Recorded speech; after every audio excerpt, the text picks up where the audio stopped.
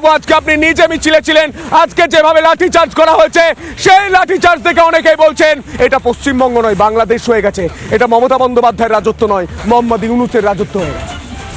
ব্যাপারটা হচ্ছে নিরস্ত্র সনাতনীদের মেরে এই জিহাদি ভদ্রমহিলা, যেটা বাংলাদেশে জিহাদ চলছে, সেখানে সনাতনী হিন্দুকে আর নিরপরাধ হিন্দুকে মেরে পিটিয়ে আগুন জ্বালিয়ে দেওয়া হচ্ছে।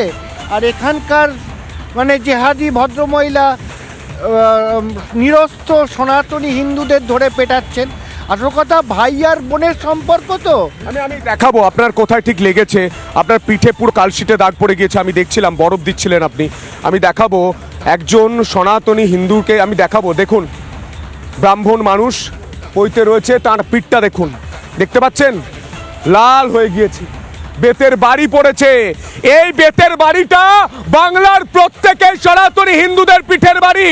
এই পিঠে যে বেতের বাড়িটা পড়েছে, এটা বাঙালি হিন্দুদের পিঠের বাড়ি। এই ছবিটা দেখতে পাচ্ছেন। আজকে নিরস্ত্র শান্তিপূর্ণ আন্দোলনে পুলিশ কেন লাঠিচার্জ করলো, কেন করলো? কোনো উত্তর রয়েছে? উত্তর রয়েছে মমতা বন্দ্যোপাধ্যায়ের কাছে।